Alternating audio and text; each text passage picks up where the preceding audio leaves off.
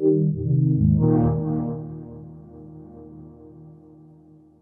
name's Alana De La Garza, or Alana De La Garza, if you feel spicy. And I play Detective Joe Martinez. What is it like stepping into this world of Forever? Forever is a fantastical procedural. I just came up with that. That's kind of good, right?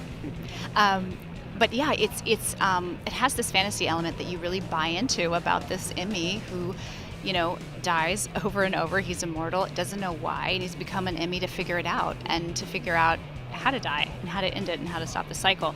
And he goes on these journeys that you go on with him, whether it's in the past in these beautiful flashbacks and you learn about his life, or in the present and you learn about his life that way. And I'm in the present life. I keep trying to convince the creator Matt to put me in a flashback, but he will not.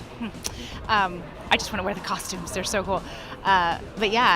So we get to form this kind of unlikely friendship and partnership and solve crimes together and go on that adventure ride. It's fun. Awesome. What really separates Forever from other procedural dramas? Well, I think Matt Miller did a beautiful job when he created this. He married a serialized and a procedural together. And so you get to kind of tune in for these 1 hour mini movies. But you also have that ongoing line that you're learning about the characters, you're learning about Henry and his past, and you kind of get the best of both worlds and you buy into it.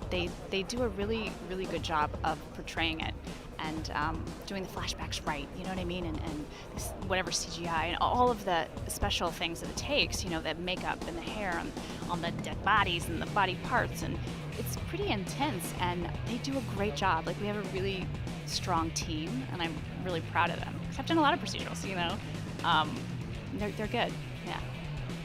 Awesome. Now, since you've been bringing up flashbacks, what time era would you want to be a part of if you were in a flashback? Ooh, that's a good one. I'm going to go with 1950s. Yeah.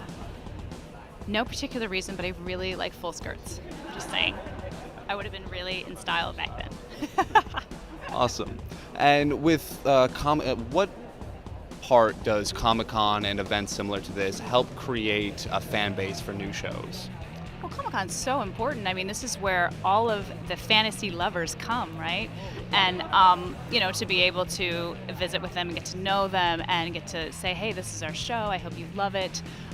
It's huge. I mean, this is where it starts with the people that watch your show. And so, I am one of them. So, it's fun just to be here and be a part of it. And then also to be able to share something that you really love and hope that they love and respect. So there we are. Awesome. And my last question, your show really deals with immortality and how sometimes it's a blessing, but sometimes it's kind of really a curse. Would you choose immortality if you had the ability to? I would do immortality light, I think, if I could. If I could choose, okay, yeah, maybe, 200 maybe. Or, if I could, choose 10 people to take with me, like my kids, my husband, you know what I mean? I don't think you're supposed to outlive your babies. So that would be So